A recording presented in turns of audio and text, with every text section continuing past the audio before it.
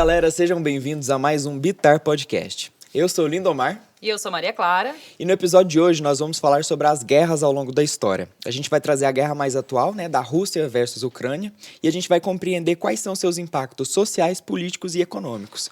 Será que as guerras do passado podem ser comparadas com as guerras atuais? E para entender melhor sobre esses conflitos e como eles interferem na nossa vida, a gente recebe aqui os professores e historiadores, Evandro Miranda, professor Pedro Benedetti. Muito obrigada pela participação de vocês aqui com a gente. Seja prazer. É um prazer, eu que agradeço. Isso é muito bacana. Bom, gente, para começar esse assunto, recentemente eu ouvi uma frase que chamou a minha atenção, que as guerras nascem de uma política ruim. A guerra... ela é a falta de política, de diplomacia, de a pessoa conseguir resolver aquilo, os políticos, os nossos governantes. Como que vocês veem isso, De onde nasce a guerra? Como que ela começa? Então, desculpa. Bom, é que eu lembrei de uma frase interessante de um filósofo chamado Clausewitz. Ele é um filósofo que leu muito Aristóteles e tal. Aristóteles diz no livro da Política 1 que o homem é um animal político, zoon politikon. E o Clausewitz diz que o animal político é um animal que guerreia. Então, a guerra, ela não é só resultado, ela é resultado de uma política ruim, mas ela é, apesar disso, política também. A guerra sempre tem um componente político muito importante. E é por isso que, desde os primórdios, a guerra foi objeto de estudo dos historiadores, O próprio termo história, cunhado pelo Heródoto nas suas histórias, ele remete à investigação sobre uma guerra, a guerra médica, entre os persas e os helenos. E a história, no grego, do dialeto dele, significa investigação. Ele fala, olha, eu vou fazer uma investigação sobre as causas das guerras entre os persas e os helenos. Então, há essa associação muito grande aí entre política e guerra, e aí, como tem política, tem história no meio, Sim, se a gente for para analisar, tudo é uma questão política. E aí, eu acho que a gente pode fazer um paralelo com isso que você falou, com a nossa própria realidade. Nós, desde ali da relação mais doméstica, dentro de casa mesmo, a gente tem essa constante coisa da negociação e do conflito. Ele faz parte da nossa vida, isso, o conflito desde pequeno é aquela coisa, Você me empresta, você me dá isso. Então, assim, a criança, ela pede, a partir do momento que ela não consegue, ela tenta tomar a partir da força. E aí a gente já vai para esse jogo de força que envolve a violência. E aí a gente começa com outras discussões, o que é violência? De onde, qual que é o sentido, dessa questão da violência? Porque a gente geralmente costuma pensar, a gente costuma perceber, essa questão da violência quando é a violência física. Se eu levanto e te agrido, todo mundo vai perceber que foi um ato de violência. Sim. Se essa violência é uma violência verbal, ela pode ser percebida ou não. Se eu chegar com um xingamento mais direto, talvez, claramente todo mundo perceba como um ato de violência. Se eu fizer uma brincadeira mais sutil, muita gente que está aqui vendo a gente não perceba como uma violência, mas isso vai te afetar. E aí a gente tem outros tipos de violência. A violência simbólica, a violência sistêmica, que é colocada e é naturalizada.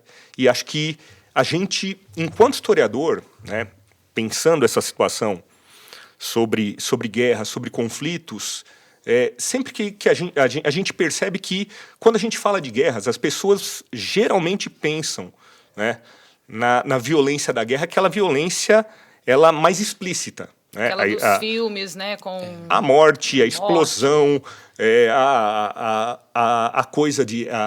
quando você deixa a pessoa sem casa, sem comida, mas as outras violências simbólicas, as outras violências sistêmicas que são colocadas na guerra, e a própria narrativa que é feita depois da guerra, quem conta a história da guerra?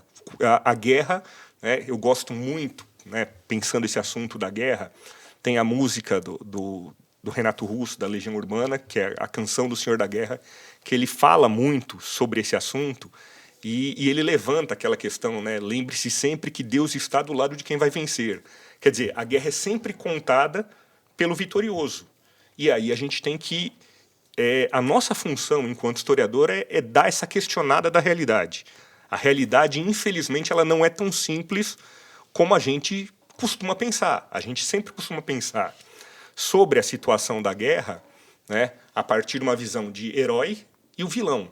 Né? O próprio cinema hollywoodiano, os próprios filmes, os filmes que a gente está acostumado a ver, os jogos, né, que a gente vê, a gente tem esse costume. E na história a gente tem que perceber que a situação da guerra ela parte justamente de interesses divergentes, quer dizer, eu tenho um interesse, ele tem outro interesse, a gente chega a um determinado ponto que a gente não consegue resolver esse interesse entre a gente, né? Eu tenho os meus motivos, ele tem os motivos dele. A função do historiador não é justificar isso, mas se a gente não olha pelos dois lados, se a gente não tenta enxergar essas particularidades nos dois lados, a gente não consegue compreender uma guerra na sua totalidade. Fazer uma leitura mais ampla, né? Não é só achar o mocinho e o vilão, não Exatamente. É assim que funciona, né? Lembrando também que uma coisa que o historiador ele não acredita de jeito nenhum é na ideia da imparcialidade. Sempre que a gente olha para algum fato histórico, para algum momento histórico, seja do presente, seja do passado, a gente está olhando a partir de um determinado ponto. Então, quer dizer, lógico que tenho uma percepção de mundo, né? Eu olho o mundo a partir dos meus interesses, eu olho o mundo a partir dos meus valores, das minhas crenças. Então, possivelmente, né, por isso que a gente fala que a história é uma ciência humana, né? Ela é feita por seres humanos, né? E os seres humanos eles são repletos de crenças, valores e interesses.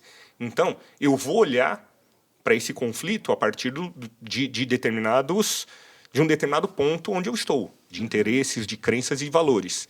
Mas é uma ciência, e a ciência ela tem que ser feita a partir dessa análise dos fatos, que olha para os dois lados. Então, o que motivaria uma guerra, né, que leva pessoas a explodir cidades igual eles fizeram em Hiroshima, Nagasaki, seria até mesmo uma certa infantilidade, porque teve um conflito de interesses ali, um conflito de crenças, e aí um tenta colocar o ponto de vista do outro, né, tenta pegar ali o que está querendo, e aí acaba gerando uma guerra. Bom, eu não diria infantilidade. Os gregos têm uma palavra para isso que é muito interessante, que chama stasis. O Tucídides usa muito essa palavra na história da Guerra do Peloponeso. Stasis é um momento de uma situação de uma polis em que uma cidade na qual você não há mais a possibilidade de diálogo, certo? Na situação do Tucídides, por exemplo, você tem a Guerra do Peloponeso entre Esparta e Atenas, né? A Esparta democrática e Atenas oligárquica, né? Há uma situação em Corcira que ele descreve como estasis. A estasis é o momento em que a população da cidade ela não consegue decidir que lado da guerra ela tem que tomar e ela está sendo pressionada a isso, né? A guerra está rolando, está morrendo muita gente. Né? Se chega um momento que não há mais diálogo, não há mais formas de você resolver um impasse que não pela violência. É muito fácil aí, nós como historiadores, olharmos para o passado. Esses caras brigaram por causa disso, que bobagem. A gente não está lá e a gente não viveu essas coisas para a gente dizer que os caras estavam lutando por uma bobagem, que aquele conflito começou por causa de uma bobagem, né? A Guerra dos 30 Anos na Europa, por exemplo, que foi travada entre facções protestantes e católicas na Europa, a gente pode olhar hoje e dizer que era uma bobagem, mas para os caras, a vida deles dependia disso, né? Então, pensar num conflito atual, né? Por exemplo, a situação de Israel. É um conflito, né, que envolve uma série de questões, envolve a questão religiosa. A questão territorial também. Sim. E aí, para quem não é nem judeu, nem palestino, para quem vive num país, por exemplo, como o Brasil, em que você tem uma tolerância considerável do ponto de vista religioso, né? É lógico que a gente tem situações de discriminação religiosa aqui, mas não chega aos níveis que se tem, por exemplo, lá. A gente acha um absurdo. Sim. Né? Mas, não, quer dizer, esse povo está lutando por causa de quê? Mas quando você, né, vai mais a fundo e procura perceber as situações, a gente vê que tem esses valores e outra coisa, né? Uma particularidade que toda guerra tem é o fundo econômico. Né? São os interesses econômicos, e se a gente analisar a situação, por exemplo, se a gente pegar praticamente todas as situações, né, dos grandes conflitos atuais e for retrocedendo como historiador na sua análise, a gente vai perceber que existe uma relação desses conflitos com a própria questão da expansão do capitalismo ao longo do tempo, né, do imperialismo, né, que gera a Primeira Guerra Mundial e depois a Segunda Guerra Mundial, que vai ser uma consequência desse imperialismo, e as dominações colonialistas, né, que os europeus exerceram ali, principalmente sobre a África e a Ásia, né, vai mexer com estruturas culturais históricas e vai provocar conflitos, né, que estão aí em evidência até hoje. Sim, e eu tinha citado Hiroshima e Nagasaki, né? Só contextualizando, Hiroshima e Nagasaki foram cidades no Japão que as tropas dos Estados Unidos, eles explodiram essas cidades, eles soltaram bombas nucleares lá. E aí, essa perspectiva que eu tenho de infantilidade, eu não me lembro qual foi, eu acho que foi por vingança, né? Que eles jogaram a bomba lá. Eu não me lembro bem. Você pode voltar nesse ponto? Porque foi depois da guerra, né? Uhum. E depois que eles explodiram as duas cidades no Japão, o Japão explodiu o navio, né? Pearl Harbor. Não, tô confundindo. Você tá invertendo a situação. Eu tô invertendo. Foi primeiro. Justamente. Também, o conflito da Segunda Guerra, na parte do Pacífico, também se deu por parte do expansionismo do imperialismo japonês, que conquista a Manchúria, né? E as ilhas da Polinésia, e chega até Pearl Harbor e ataca o porto de Pearl Harbor, começa a guerra contra os Estados Unidos. Agora, como o professor Evandro falou, a guerra sempre vai ter duas versões, né? Se você pegar alguns... Ou mais, né? Ou mais. Muito mais. Mas é natural que eu tome partido no sentido, por exemplo, eu acho que a matança de índios que aconteceu, várias coisas, não tem como eu não tomar, né? Assim, os historiadores têm essa coisa de ser imparcial. Por exemplo, o nazismo, tudo que aconteceu, a gente não tem como não tomar partido de um povo que foi massacrado, que foi morto, assim... Sim. Entende? Claro. Assim... Eu tenho que entender as motivações, eu tenho que entender o contexto. Eu posso até fazer Tem um autor, né, da Martinica, que é Aimé Césaire. Ele tem uma citação que ele fala, eu não tenho agora de cabeça exatamente essa citação, mas ele faz uma provocação. O livro dele chama Discurso sobre o Colonialismo. E ele fala, sempre quando a gente pensa em guerra, a gente coloca o Hitler, né? É uma coisa até, né, que eu tinha comentado com vocês antes da gente começar a gravar, né? Os meus alunos, eles querem sempre pensar, né, ou estudar a Segunda Guerra Mundial, porque a gente tem muito filme sobre a Segunda Guerra Mundial. A gente sabe que os campos de concentração, isso choca muito, então, né? esses filmes, eles falam muito, eles mostram muito, né, a questão do heroísmo, e aí a gente começar a pensar, né, como que a guerra ela tá sendo trabalhada na mentalidade das pessoas. Então, assim, essa ideia do heroísmo não é uma coisa recente. A própria Ilíada é um dos mais importantes livros da cultura ocidental, a Ilíada, que conta a história de Aquiles, né, que tem aquela escolha. Ó, você pode, se você não for para a guerra, você vai ter uma longa vida, mas você vai ser esquecido. Se você for para a guerra, você vai morrer em glória, né? Você vai morrer nessa guerra, mas vai morrer em glória. E ele opta por ir para a guerra sabendo que ele vai morrer. É interessante que, por exemplo, você coloca o Hitler. Aquela coisa, não, de jeito nenhum, eu tenho muito receio, né, de ser mal compreendido aqui como alguém passando pano para Hitler. Não, de gente, maneira nenhuma, por favor. Né? Mas tem então, assim, a gente costuma ver esses filmes, né, o Hitler, a personificação do mal, e do outro lado, Churchill como um herói. Você tem várias séries, por exemplo, na Netflix, que colocam, né, essa figura do Churchill. Churchill é um cara extremamente racista, né? O colonialismo britânico, na época, na própria época da Segunda Guerra Mundial, os ingleses, os franceses faziam atrocidades na África e na Ásia tão absurdas quanto o nazismo fazia. O que colocam como imperdoável para Hitler é ele ter feito para brancos europeus, né, o que só se fazia para árabes, para argelinos, para culis na Índia.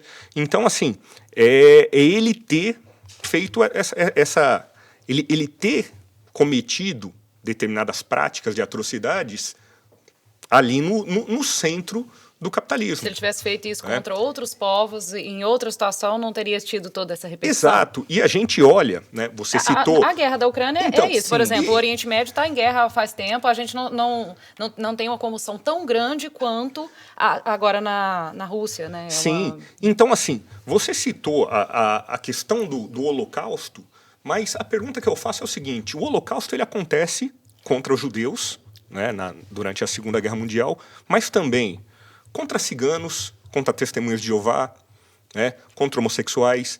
Você tem perseguição a comunistas. Quantos filmes vocês já viram por Hollywood que tratam essa perseguição aos ciganos?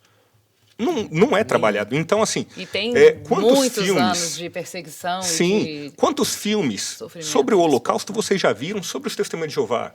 Então, assim, é aquela questão... De novo, aquela questão, algumas vidas valem mais do que outras. E aí a gente trazendo para o conflito da Ucrânia hoje, a gente pensar em termos de política internacional, existe um interesse. A mídia ocidental, né, a televisão, o rádio, né, as páginas da internet ali que estão colocando, ligados às grandes corporações, elas têm interesse econômico nessa guerra.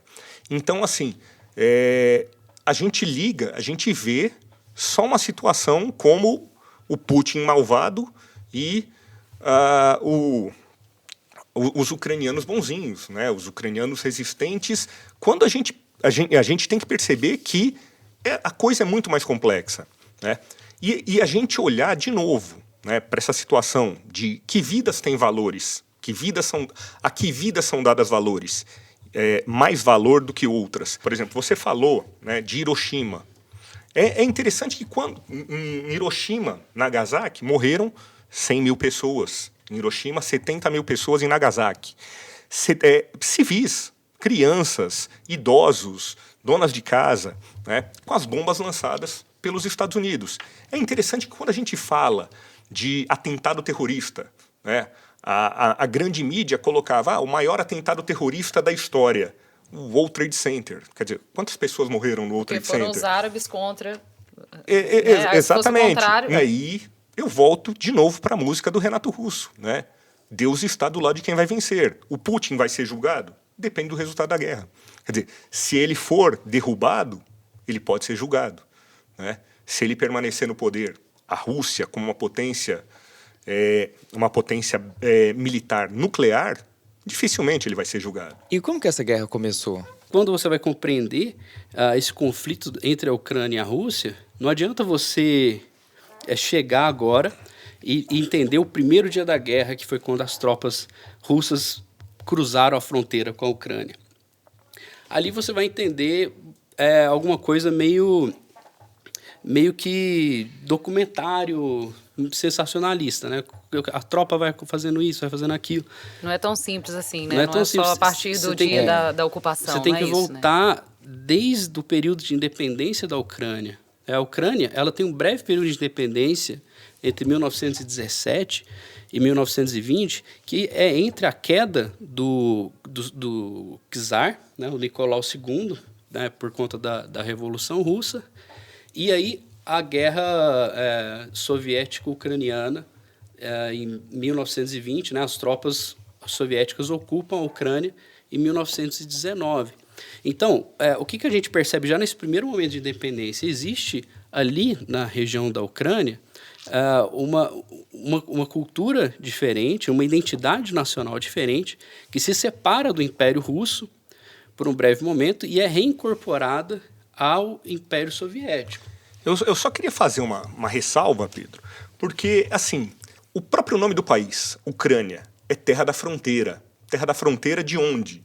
Da fronteira do Império Russo. Quer dizer, ela era do Império, ela pertencia ao Império Russo na época que a Rússia, na época que a Rússia era um império, na época dos czares.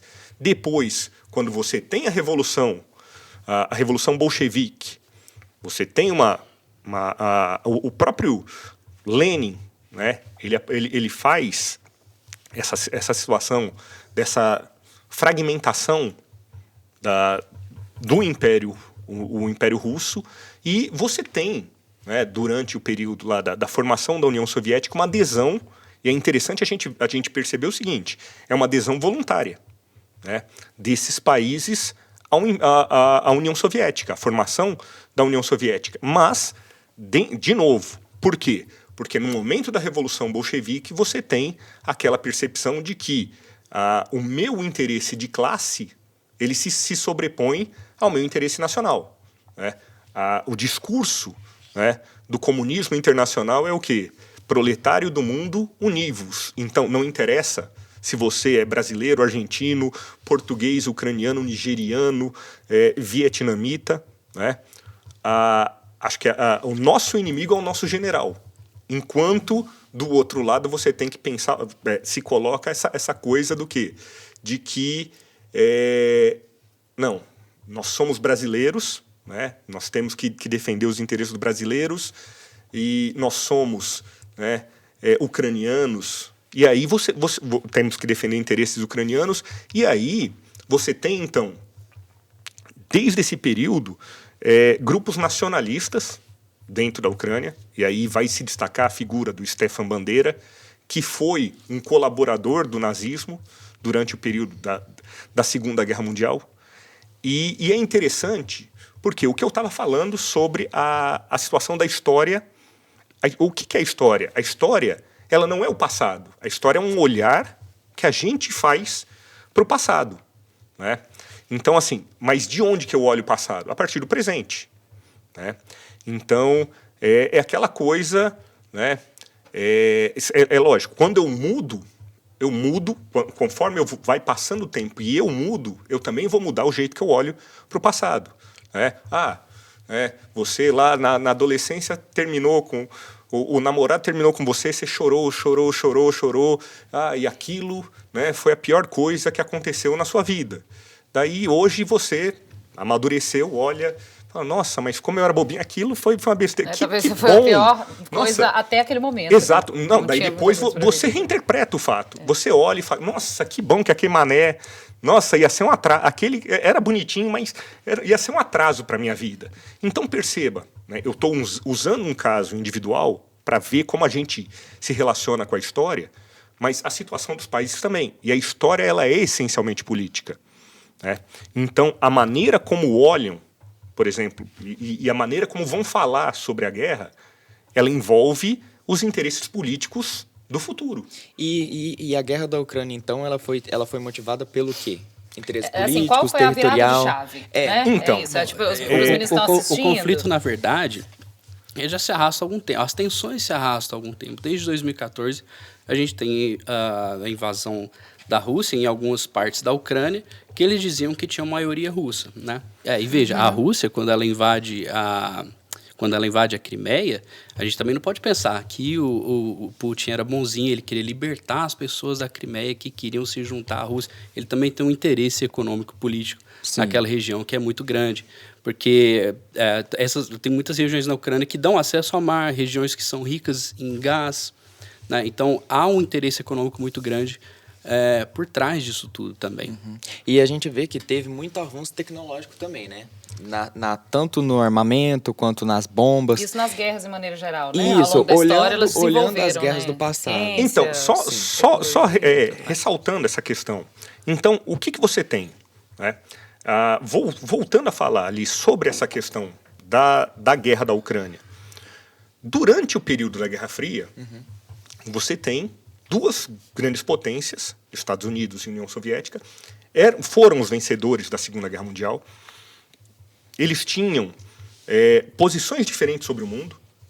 Quer dizer, a União Soviética tinha uma posição de expandir a quantidade de países socialistas pelo mundo. Os Estados Unidos, ao contrário, ele queria estabelecer, né, essa hegemonia do capitalismo sobre o mundo. E durante esse período, então, se criam dois grandes blocos econômicos, né, grandes blocos militares também. Né? Então, você tem o Pacto de Varsóvia, que era a aliança militar de países socialistas, e do outro lado, você tem a OTAN, que é a Organização do Tratado Atlântico Norte, que é uma organização de países capitalistas, um para se opor ao outro. Existe até hoje a OTAN. Sim, quando acaba... A grande questão é essa. Quando acaba a Segunda Guerra Mundial, quando acaba a Guerra Fria, desculpe, quando acaba a Guerra Fria, o Pacto de Varsóvia deixa de existir. A OTAN, ela foi criada para se contrapor ao Pacto de Varsóvia. Por que a OTAN continua existindo? E essa OTAN, mais do que isso, ela foi avançando em direção à fronteira da Rússia. Então, existe um sentimento do povo russo. Né? O povo russo é um povo que tem essa questão, essa tradição bélica. Então, o Putin, ele representa para os russos esse resgate de uma Rússia grande, né, de um lado. Do outro lado, a OTAN, né, que vinha avançando em direção à Rússia, à fronteira russa, ela precisou, ela deu essa oportunidade do Putin de criar uma guerra para ele. É interessante a gente pensar o quanto essa guerra da Ucrânia ela traz uma configuração nova. Por quê? Primeiro, né? Então aí vem aquele questionamento que muita gente faz. Será que quanto tempo essa guerra vai se prolongar? O historiador, ele trabalha, por ser uma ciência, a história trabalha com evidências. E a gente tem evidências do passado, tem evidências do presente. Futurologia não é função do historiador. O historiador não analisa futuro. Mas, em termos de tendência, para o Putin é muito interessante que essa guerra se prolongue. Tanto que a guerra chegou num nível que o Putin ele conseguiu dominar as regiões, conquistar as regiões onde ele tem um grande apoio da população, que é as regiões do Donbass, onde ele tem um grande apoio da população local, que é o leste, era o leste da Ucrânia, né, que agora a Rússia reconhece como territórios independentes. E aí, agora ele entra num ponto, a Rússia entra num ponto de uma guerra defensiva. Para ele é interessante prolongar isso por conta daquilo que eu tinha falado atrás. Quando a guerra ela vai se prolongando, ela vai saindo das manchetes dos jornais nos países ocidentais. E aí, essa guerra ela vai tendo, você já tem um questionamento dos eleitores, por exemplo, nos Estados Unidos, na Alemanha, dos gastos que estão sendo dados em apoio à Ucrânia. E a gente tem que deixar claro que esse apoio não é de graça. Assim, né? a gente já vai entrando nos impactos econômicos da guerra. Sim. Então, assim, esse apoio, eu te dou o apoio, mas depois eu vou cobrar. Agora, no momento de conflito, né, eu vou te fornecendo armas, mas não estou te dando armas. Depois isso vai ter um troco. Então, a gente já perceber essa situação que vai ficar para a Ucrânia. Mas é interessante também que essa guerra ela abre uma configuração nova. O que a guerra da Ucrânia tem gerado, é uma nova corrida armamentista. A questão, né, das sanções econômicas... Vamos trazer aqui para a nossa realidade. De que forma a guerra lá na Ucrânia afeta a população brasileira, por exemplo? Então, vamos nos existem duas guerras que estão acontecendo. Existe uma guerra visível, que é a invasão da Ucrânia por parte da Rússia, e existe uma guerra invisível, que é você tentar mitigar as forças dos países que participam do conflito através desses bloqueios ou sanções. Né? Então, os países europeus são extremamente dependentes do gás que vem da Rússia. Ele vem canalizado direto para a Europa. Então, é muito fácil para forçar os alemães, por exemplo, a Alemanha a não entrar do lado da Ucrânia, é muito fácil para a Rússia parar de suprir a Alemanha com gás. E o aquecimento na Europa, ele é praticamente todo a gás. Né? A gente teve um processo aí ao longo da década de 90 e de 2000 para frente de desligamento das usinas nucleares por questões ambientais diversas, né? O ambientalismo lá contra a propagação de usinas nucleares é muito grande. Então, esses países acabaram ficando dependentes muito do gás russo. Então, existe essa sanção da Rússia, essa ameaça com relação aos suprimentos de gás à Europa. Você tem a Rússia para de exportar insumos agrícolas que eram importantes para o Brasil, como, por exemplo, fertilizantes. A gente importava muito fertilizante da Rússia. Essa guerra ela meio que trava esse suprimento.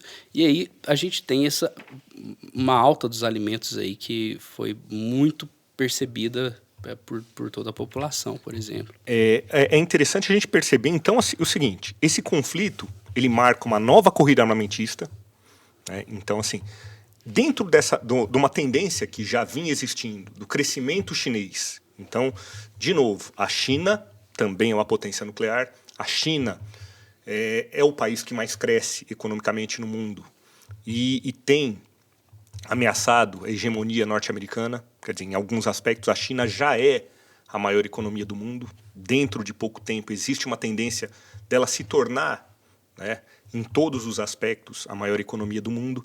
E aí, essas sanções econômicas que a gente vinha falando, elas, de certa forma, jogam a Rússia, né, jogam mais ainda, né? Já existia uma proximidade em termos geopolíticos entre Rússia e China. Então, assim, essas sanções colocadas pelos países ocidentais aumentam ainda mais isso. Então, é interessante também o quanto, em termos econômicos, essa guerra também é um jogo de xadrez. Por quê? Porque os Estados Unidos, os países ocidentais, eles fazem sanções à Rússia, mas o próprio Putin, né, ele determina, bom, agora vocês vão ter que comprar. Se vocês forem comprar petróleo e gás natural da Rússia, vocês vão comprar em rublo. Quer dizer, ele joga a cotação do rublo ali e consegue contornar essa questão econômica. Então, existe, logicamente, ali outros interesses que vão sendo colocados, e aí a gente pensar nessa nova corrida armamentista, por exemplo, a questão dos semicondutores, né, de Taiwan, da China, e das movimentações, né, de tropas norte-americanas, né, de esquadras navais norte-americanas no Mar da China. Então, assim, a gente começar a pensar nessa bipolaridade novamente que vem surgindo. Algumas pessoas vêm falando de uma nova Guerra Fria. É uma tensão, né? É uma tensão que vem existindo. Reflexos econômicos que a gente tem para o Brasil, a gente pode pensar em dois aspectos. Então, quer dizer, a gente pode pensar em vários aspectos, né? Primeiro, né, a Rússia e a Ucrânia serem grandes fornecedores, né, de grãos, a Rússia ser uma das principais produtoras de petróleo do mundo, né, isso vem afetando a economia mundial? Sim. Determinados países, como por exemplo a Índia, eles criam políticas no meio dessa crise econômica que se estabelece para que, por exemplo, os seus grãos não sejam exportados. Existe uma limitação da venda de alimentos produzidos na Índia para o exterior. O Brasil não toma esse tipo de medida. A guerra traz algo de bom, porque a gente sabe que, historicamente falando, a gente teve um avanço tecnológico, um avanço científico, é meio cruel falar traz algo de bom, mas a gente sabe que desenvolve alguns setores, sim. O que a guerra pode trazer de bom? A guerra não traz nada de bom. Nada? Nada que vem da guerra é bom. Mas essas coisas que se desenvolveram durante o período, por exemplo, o computador, os automóveis, eu não estou dizendo que foi algo bom, vamos fazer muita guerra para desenvolver, não é isso. Eu estou dizendo assim, de que forma no mundo pode haver alguma mudança positiva a partir de um conflito, ou nunca tem? Nunca tem. É a velha falácia da janela quebrada, do Frederic Bastiat. Que é o seguinte, o Frederic Bastiat pensou na seguinte situação. Você está num vilarejo, um cara vem e quebra uma vidraça. Um vândalo vem e quebra uma vidraça. O vilarejo decide o que vai fazer com o cara. Aí, de repente, o cidadão fala, olha, mas se você pensar bem, esse vândalo ele fez um favor para a economia aqui do nosso vilarejo. Porque uma vez que ele quebrou a vidraça, você vai ter trabalho para o vidraceiro, que vai construir a vidraça, e aí o vidraceiro com esse dinheiro vai comprar alguma outra coisa, e a economia do nosso vilarejo vai girar. Então, se você pensar bem, o fato dele ter quebrado essa janela foi uma coisa boa. Mas aí que tá, ele chama isso de a falácia daquilo que você vê e do que você não vê. O que você vê é uma janela nova sendo construída. O que você não vê é o dono do estabelecimento que teve a janela quebrada que usaria esse dinheiro para comprar alguma outra coisa, tipo um terno, um sapato, não sei. A guerra é a janela quebrada. A guerra é a grande janela quebrada. Veja, você tem um esforço enorme das forças produtivas para fazer armamento. Você tem uma mobilização gigante de jovens que estão aí na idade de trabalhar para ir para a guerra. Pessoas morrendo. Pessoas morrendo. E aí você tem essa falsa noção de que a guerra faz a economia girar, quando na verdade não faz. A guerra, ela causa um atraso econômico muito grande que no nosso tempo é escamoteado pela criação do Banco Central e das dívidas públicas. Ou seja, você tem a impressão de que a guerra está fazendo a economia de um país avançar porque você está aumentando a dívida pública daquele país para manter aquele conflito, entendeu? Não, essa questão ela é bem clara, assim, né? É claro, viu, gente? Não estou defendendo a guerra, não estou dizendo que é bom. Essencialmente, a guerra... O desenvolvimento tecnológico que as guerras trouxeram, por exemplo, ele aconteceria naturalmente? Então, aconteceria. Ou ele só foi financiado porque estava acontecendo uma guerra? A gente tem que pensar o seguinte, a tecnologia, de novo, falando sobre neutralidade, a tecnologia não é neutra. Então, a gente tem que pensar o seguinte, a guerra ela é vantajosa? Para alguém ela é. Não é à toa que a indústria bélica movimenta rios de dinheiro, mas a que custo? Né? Sim, mas é um dinheiro que sai da economia para um esforço que é vão. Esse dinheiro na economia, esse capital na economia, alocado de maneira espontânea, através da livre ação das pessoas dentro do mercado, traria muito mais benefício do que a indústria armamentista. Sim, destruição. A guerra é a destruição de força produtiva. Mas o que a gente está falando é o seguinte, é justamente disso, essa destruição de força produtiva. Então, assim, mesmo nessas falácias, né, nessas historinhas que contam para a gente de que não, a guerra avança a tecnologia, é uma grande besteira, porque a gente pensar quantos gênios, né, a gente tem hoje na Somália, quantos gênios a gente tem hoje na Palestina, quantos gênios a gente tem hoje, né, em várias regiões do mundo que estão em conflito. O financiamento não chega até eles. O que eu exatamente, quero dizer é isso, eles estão morrendo sendo bombardeados. Estão morrendo. Então, no momento de conflito, vai haver investimento. Não estou dizendo que é o ideal, mas acontece. Eles investem e não estão investindo nesses aí, por exemplo. Né? O ideal seria que não precisasse de um conflito para ter investimento. O grande avanço tecnológico, ele se dá em períodos de paz. Né? Então, assim, a gente tem que tomar muito cuidado. Mito, por exemplo, os carros, né? Eles desenvolveram para o quê? Naquele Jeep Willys lá, para caber 2 soldados e mais armamento. Aí desenvolveram para os carros que a gente tem hoje e tal. Ele aconteceria naturalmente, independente eventualmente, da alguém veria vantagem de você fazer um carro onde cabe mais gente. Em algum momento da vida isso ia acontecer. Exato, né? Mas veja, isso que o Evandro falou é uma coisa interessante. A guerra, ela é vantajosa para alguém. E na era das grandes dívidas públicas e dos bancos centrais, a guerra é vantajosa para os políticos que estão ali fazendo a guerra. Uhum. Porque, veja, você tem uma guerra que é feita por um presidente de um país, por exemplo, e aí ele joga todo o custo dessa guerra na dívida pública, e aí a economia realmente aquece porque você está mobilizando toda aquela força produtiva da indústria bélica e está enchendo o mercado de liquidez. Então, você tem meio que uma prosperidade momentânea com prejuízo que é jogado para frente via dívida pública. Acontece que esse cara que é presidente, que faz a guerra no mandato dele, eventualmente ele vai sair. Essa bomba da dívida pública, ela vai explodir na mão de outra pessoa. E vai sempre explodir na mão do cara que vai ser lembrado como o mau presidente. O bom presidente é aquele da era feliz, de quando, né, o país tinha desenvolvimento pleno, estava em guerra, mas o emprego estava todo mundo empregado, por mais que seja na indústria bélica, entendeu?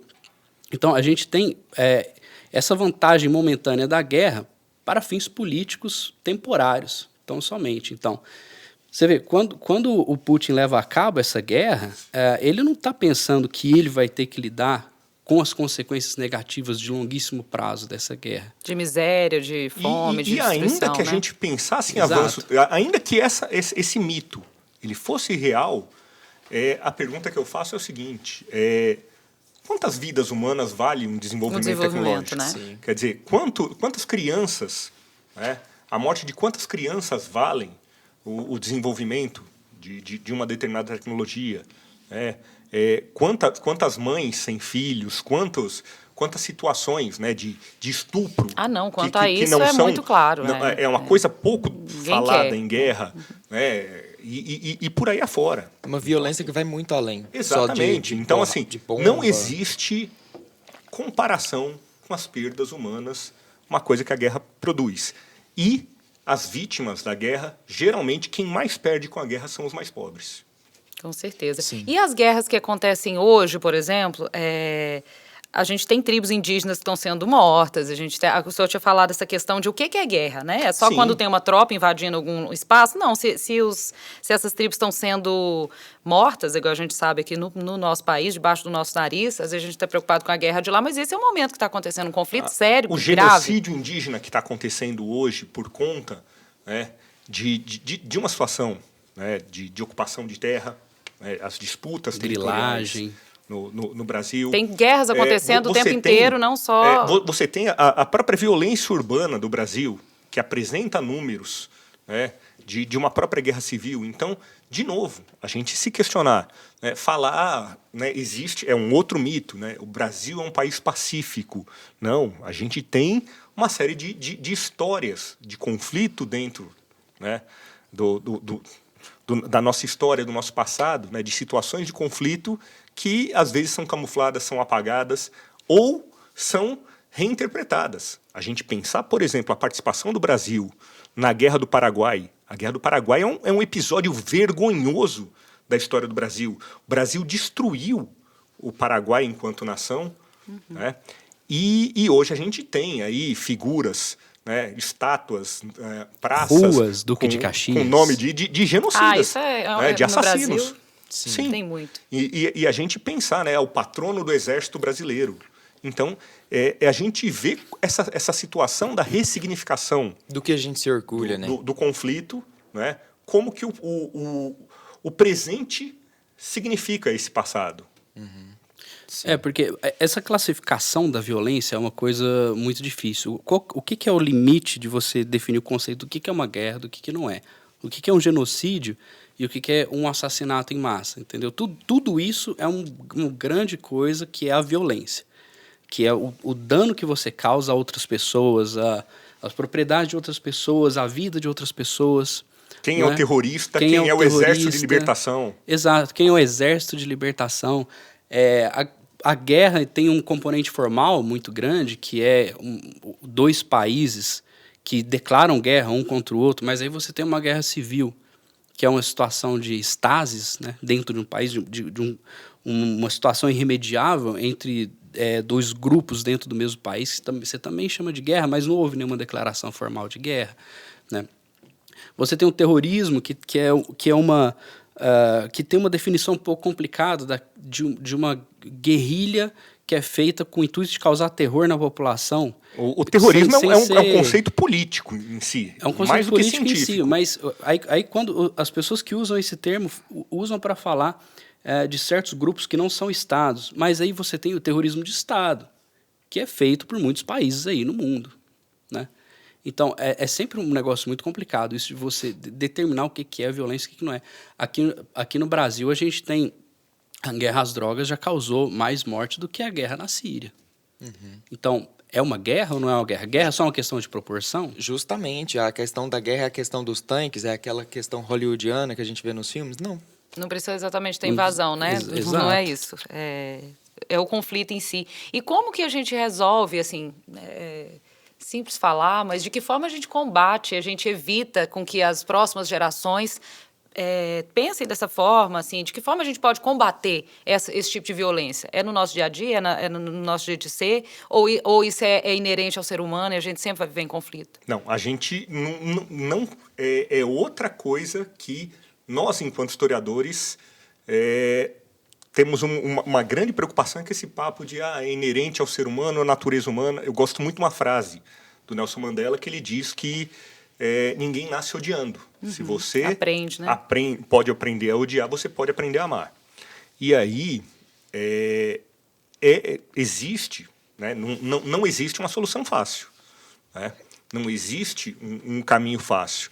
Mas eu disse, né, ao longo da conversa de que a história ela é uma ciência essencialmente política. A política ela é um instrumento, né, de luta coletiva pelos seus interesses.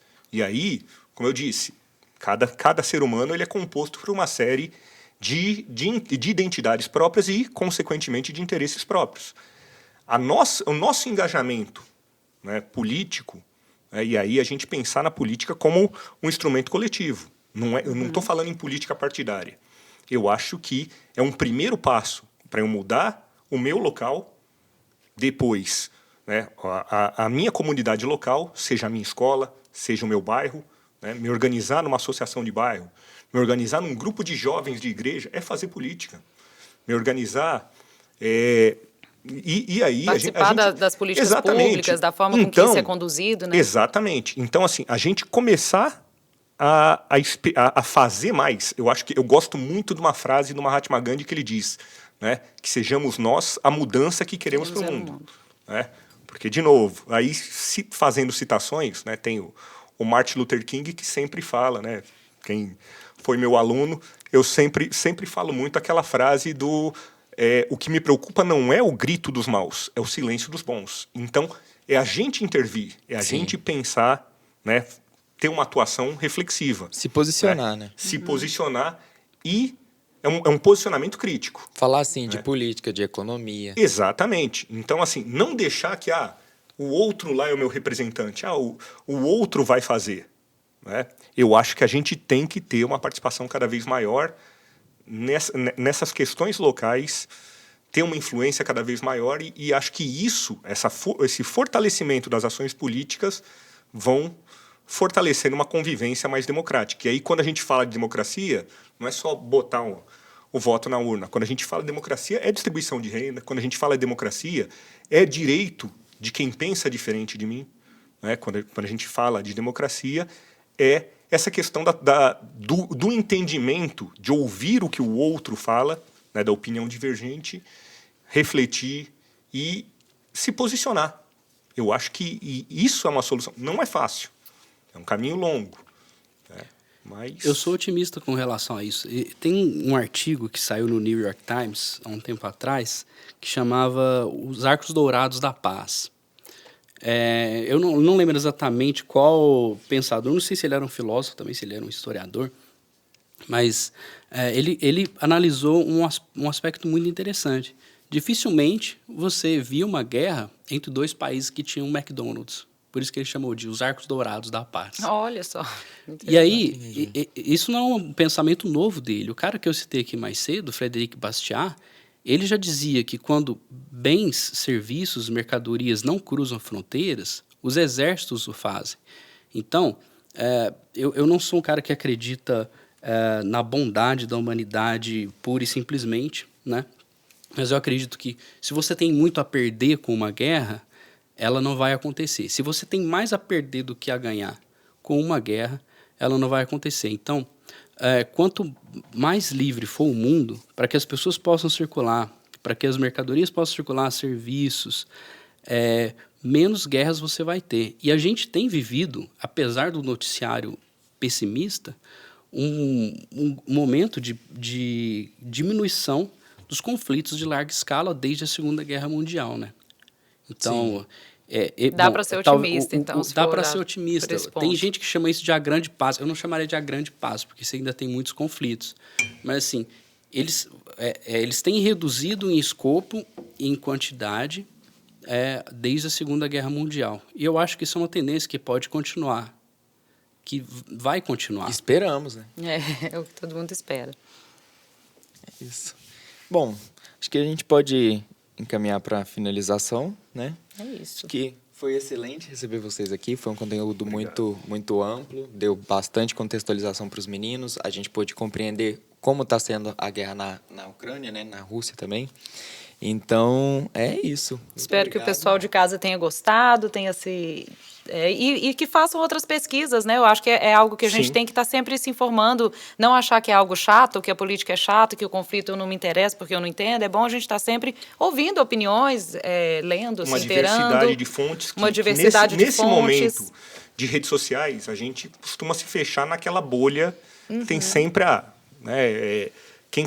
ouvir quem concorda comigo. Muito né? culpa A gente- do algoritmo também. Exato. dessas redes É a muito sociais. bom ouvir os dois lados. Às vezes uma coisa que eu tenho completa convicção de que eu concordo ou que eu discordo, quando eu vou ver o outro lado, tem muito isso, né? Sim. Eu e adoro quando debate. É muito bom, porque é ali que você tira E- proveito e entende melhor o contexto. E né? não ir para o debate naquela coisa. Só tô esperando o outro falar para eu É, retrucar. não. É ouvir o outro. Eu acho que isso é muito Precisa muito haver o essencial. embate, mas eu acho que quanto mais a gente ouve o outro, ouve os dois lados, melhor a gente...